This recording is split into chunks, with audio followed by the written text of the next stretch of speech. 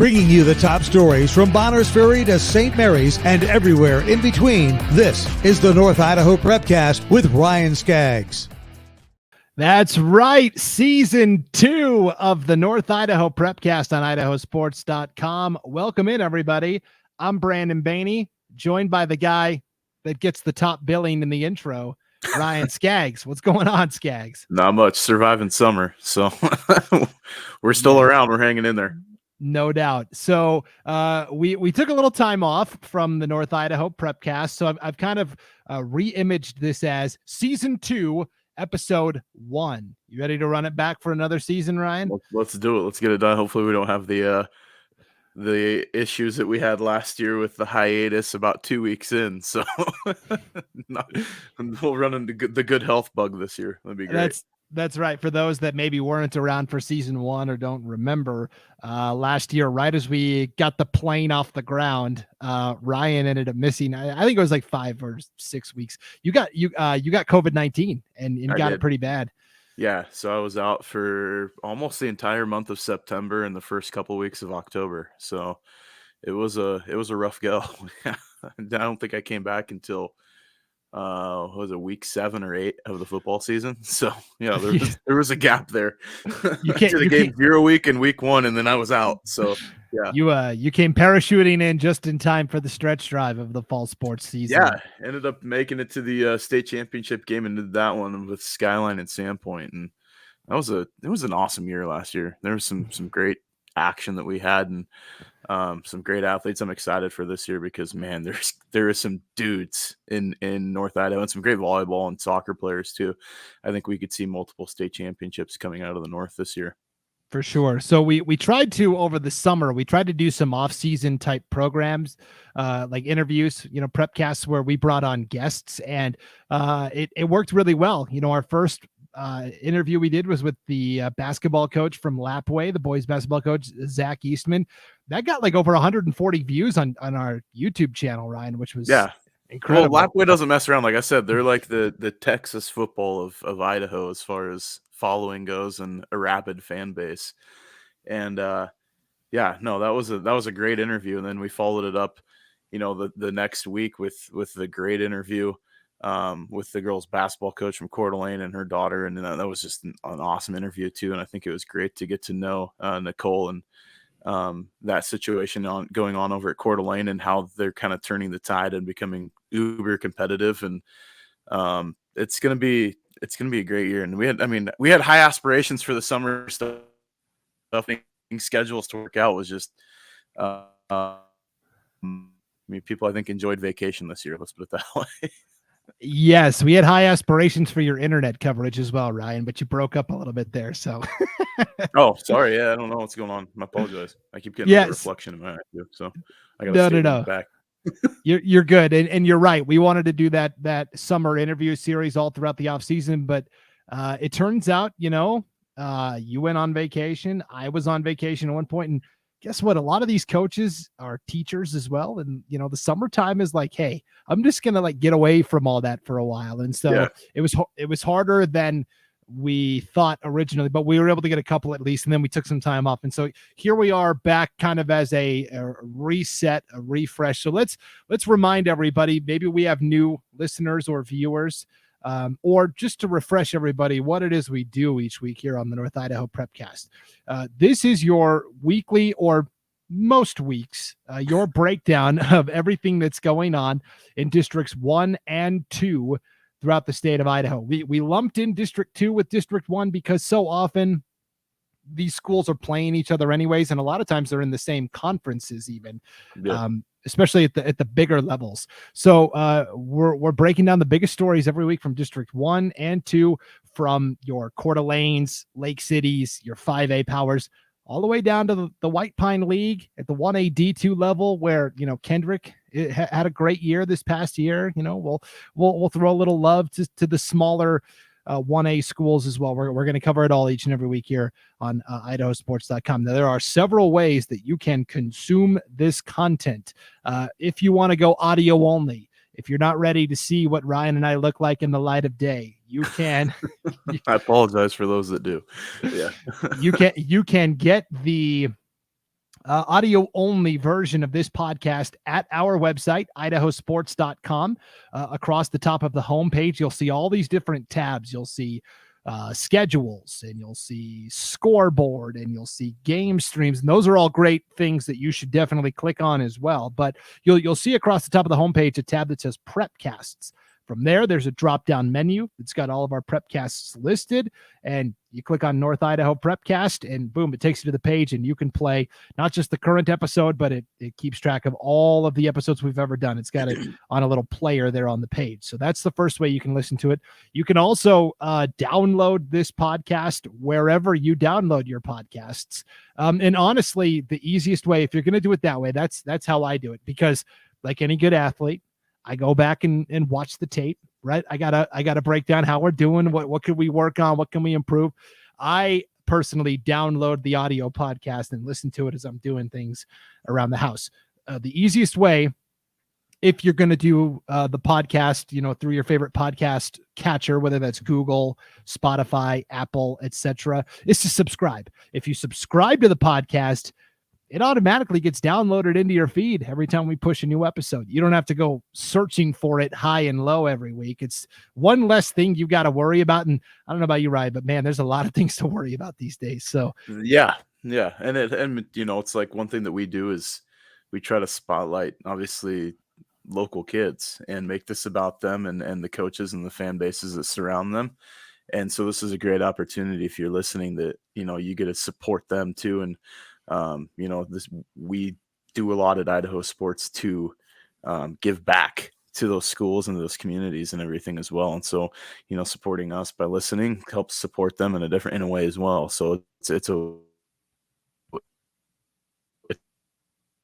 win-win. Did I lose you audio wise again? You did a little bit. You were saying it's a win-win, and it's a great partnership we have with the schools and the athletes and the coaches. Yep. And yeah, I completely agree. So there's two different ways you can get the audio. We also offer a video version of this Prepcast. If you want to see what I look like, if you want to see Ryan's setup, I've always been meaning to ask you about this in your podcast studio setup. You've got a nice set of antlers behind you hanging up there on the wall. How many points is that? It's a 5x6 whitetail. Man. Okay. Yeah. That was one of my pride and joys. So, well, you got to give us this. So if you're watching the video version of this, you can see what I'm talking about. This great set of horns hanging on the wall. Video version of this podcast each week on the IdahoSports.com YouTube channel or the Facebook page. Ryan, real quick, give us the story on how you got those. That was 2013, I believe, fall 2013. Hunting in Unit 8A. Was when I was living in Moscow. Yeah, I was lucky enough to have some private land permission, which was great. Had a great partnership with a family down there that owned a ranch, and that guy was shot with my .280 Remington at about 150 yards, and he was on the run, but one shot, game over, lights out. It was the guy that was standing there, the landowner that was with me, was super impressed. But I mean, it wasn't the longest shot, but the difficulty level was extremely high. But yeah, it's the biggest deer I've shot to this date. But yeah, I don't trophy hunt or nothing like that. It was just kind of, I had an extra doe tag that season too, and ended up taking a doe like 3 days prior, and then ended up finding this guy. So it was a successful year. That's awesome. One shot and dropped. Yeah, it's not quite my dad's elk that he got this last year, where it was like a stinking 6x6, but he scored over almost 400. So it was a huge elk. It's like a 380 bull. It was massive. So yeah, not quite that, but it's still a wall hanger. Still a wall hanger. That's going to be the podcast title. You're always so good at coming up with the podcast titles. I give you nuggets, these little gems. Wall hanger. Okay, so why don't we get to know you a little bit better? People may have forgotten about your background, or we may have new people that are tuning in. Ryan Scaggs, you live in Coeur d'Alene currently, but you have you've spent time in Moscow, as you said, during your hunting story. You've spent time in Washington on the other side of the Palouse as well, right? Yeah, I was at Pullman High School for about 5 years. I coached at Lakeland High School for what, 3.5, 4 years up here. But I coached high school sports for 14 years. Yeah, so Washington. So I'm from the LC Valley. Um, but I've got time coaching, football, girls tennis, boys tennis. I mean, don't look at me. I don't look like a tennis athlete type, but it was more because my winter sport was the first one to end. There's a funny story there, but yeah, no, it was. It's just been good opportunity just being around the area and getting to know people, and those relationships that I formed back then have carried on to now. And I can show up at a game with like Lakeland taking on Sandpoint, and you know yuck it up with the Lakeland coaches, and through time doing so many Sandpoint games, I've gotten to know their staff fairly well as well, and also being across the sidelines from them when I was coaching. I got to know a lot of the staff at Post Falls, and so I've got connections and relationships built with a lot of guys around the area, which has been great. And some of the guys that I got to know have moved on to other schools, and so that's really worked out well that I've got connections in Southern Idaho, and even at some of the small schools like the staff at Kendrick and stuff like that. So it's pretty cool that I get to build relationships with people and with kids too. Kids that I've coached are now in coaching, and that's pretty cool too. For sure. And so you are a play-by-play broadcaster for IdahoSports.com as well for North Idaho game night. We're going to be sending you to all sorts of different places this year. I really like having you as our kind of our District 1 expert because, well, A, you live there, and like you just said, you know a lot of the players and coaches involved in what's going on. But the other thing I really like to pick your brain about is you've been on both sides of that line, Washington and Idaho. And so often the schools up north in Idaho are playing those schools from Washington. And so I'm able to tap into your experience and go, okay, Priest River is playing Newport this week. How does that stack up for those that may not know, what kind of program is Newport? Yeah. How would we compare them to maybe another team in Idaho? So I really like being able to do that. Yeah, it's been, and the schedules are so synonymous, and that goes back to when I was in high school. I mean, we were in the Border League, which I don't know if you remember or ever heard stories about that. Some people listening might know about it. It was like Lewiston, Clarkston, Moscow, the Coeur d'Alene schools, Sandpoint, Colville, Washington, West Valley of Spokane, and Cheney. Like that was a league at one point in time, and that was in the early 2000s, and it was an absolute meat grinder. I mean, it was that league was brutal, and that was before like Idaho went to the 5A, 4A format, and those were all like, the A1 and A1 D2 and A2. Like, I mean, Idaho was kind of messed up back then.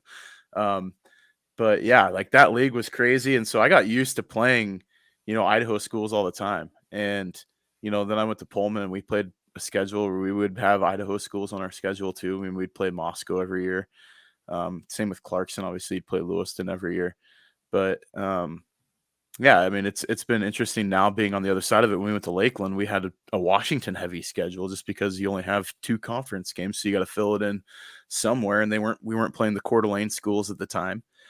We played Lewiston one year, but we just filled it with Spokane schools after that. So we played the Shadle Parks, the Rogers, West Valley, East Valley, Clarkston, Cheney, schools like that. We would put on our schedule just to fill it up, and they're still doing it now. I mean, I know that there's a more gentleman's agreement, I would say, with the 4A and 5A schools here to start playing each other again. But for a while there, it was kind of like, you're just way too big for us and we can't compete. And we're not going to do it. So, I mean, that was kind of holding our ground. It was like, playing some of those Coeur d'Alene schools when I was at Lakeland, it could have been a 62-3. I mean, it would have been a bloodbath. And I don't think anybody gets better in that situation, but that's the way it was. Well, and the gap is closed now. We talked about last year, right? Sandpoint went undefeated against the 5A Inland Empire. 5A IEL, in my opinion. Yeah. They're the only 2 division champ in the state. So yeah, no, that's Sandpoint, and getting to know some of these other programs, it was like I always, kind of, I don't want to say had disdain for Sandpoint, but it was like, they were a rival when I was at Lakeland, and it's like you getting to know them, and they're the same group of kids that I coached. Like everybody has kids and they're all kids. And, really getting to know some of them and their families and stuff. And, everybody just wants to represent their school and wants to hold tight to their traditions and to their rivalries, and you hold your line. And then when you get outside of the box, you're like, oh, I see, like, everybody's pretty much the same. I don't understand why they don't like each other than they're told for eons or whatever that they shouldn't like each other.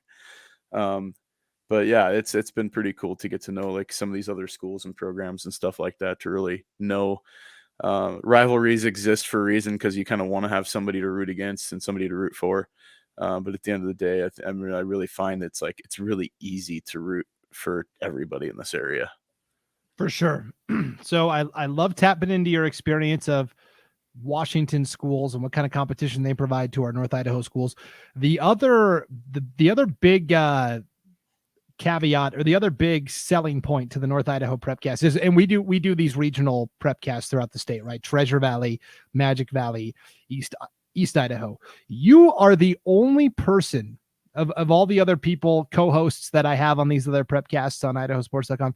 You're the only one that really knows the sport of wrestling, like really knows it. Like you know the ins and outs, you know what to look for. You know, a team could win a dual meet and you could go, yeah, but beneath the surface, it wasn't that great, and here's why. And so I love being able to tap into your wrestling acumen. I'll admit that's kind of one of my weaker spots in terms of, you know, sports and my knowledge.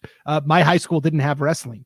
My high school would be the equivalent of like a 4A school in Idaho. I grew up in Montana, and we were the only school in our classification that didn't have wrestling. So your choices for winter sports were basketball or basically lifting weights. That was it. So I like your wrestling knowledge. Yeah, no, you got a disservice there. I think that, Yeah. you know, wrestling, one, it's the world's oldest sport, but two, the values that it brings. I treasure that sport because it teaches so much. I think it teaches more than you learn from it. And you know, and it's the bigger lessons outside of just what goes on the mat, because it teaches hard work and the value in that, and determination and self, you know, like reliance and everything, because it's you and the other person. And, you know, you're not going to win every match necessarily as you learn and go along, but you can really start to get on a roll. And the people that I love watching people master their craft. And so you get to watch kids like Rylan Rogers from Coeur d'Alene or Gunnar Julio that, you know, just make absolute insane runs through their high school careers. And they can't really claim it other than their partners in the room and their work that they put in. And, you know, it pays off and pays dividends down the road. And you see, you know, there's a factual thing that, you know, I had a coach that always hit it, was like, wrestlers tend to be more successful in life. And so, you know, I look at that sport and I just hold a lot of value for it. And one, I coached it, but two, it's, you know, and participated in it. But, you know, also the things that can be learned from it, I think, carry across so many different areas. And it's just one of those things. So I always hold value in it, and I always stay involved with it, because it's just something that's, I think, really important. Once you become a wrestler, it's like, you know, you don't really lose that interest in the sport. Definitely. And so, by the way, Rylan Rogers, Coeur d'Alene, was one of 3 Idaho wrestlers to be named an All-American by Wrestling USA magazine. So congratulations to Rylan there. And of course, he's now moving on to bigger and better things at the college level. But yeah, University of Michigan, he's going to be Wolverine wrestling in the Big Ten. That's a huge deal. That's awesome. Yeah, for sure. So yeah, we'll get into the nitty gritty of wrestling, football, basketball. And the other thing I appreciate is you do your homework. You come ready every single week. Once the season starts, you'll see it, but you've got like 2 or 3 pages of notes typically, and you're breaking down soccer, volleyball, cross country. During the spring, you're like, here's the track and field times we saw this past week. Here's what happened in tennis. You cover all of the sports equally, even though some are more in your wheelhouse than others. And I really appreciate that as well. Yeah, it's funny as you know, it's like I'll show up at a basketball game and I cover basketball, and I do it willingly, and I actually enjoy basketball. And it's like, you know, there's always like that rivalry between wrestlers and basketball players or whatever. And I'm like, it's sport, man. I love sports. Like, I'm kind of a junkie in that way. And, you know, it's like I can appreciate the value in basketball. I think that some parts about running up and down a court and putting a ball in a hole is kind of funny compared, and some people would make fun of it, the converse of like, well, don't you think like two guys like trying to throw each other on the back is weird? And it's like, well, you look at it that way and it's like, well, I guess so we're both weird. But yeah, it's really fun to do those games, and I think I try to be fair in my assessment of teams, and I don't really hold I don't think I hold favoritism. I try to really remain neutral and keep my eyes open to other sports too. I don't understand. Lacrosse is one of those things this year that's on my list to like try to understand. I don't know the rules of the game. I couldn't go and understand what's going on other than I know that ball's supposed to go in the net with that stick that has a net on it. But, I might have to talk to like Levi Ballison up at Sandpoint or something like that for more lessons. But yeah, that's on my list this year of things to understand more. Yeah, that's on the to-do list, but you have a lot of time between now and spring when the lacrosse season starts. So yeah, that's kind of a reintroduction to what we do each week here on the North Idaho Prepcast. Next week, Ryan, we'll start getting into the football previews, soccer, volleyball previews. This past Monday was kind of opening day for high school athletics, right? You start your 2-a-day practices, and now we're talking about next Friday is the opening day of competition, and there's a couple of big football games.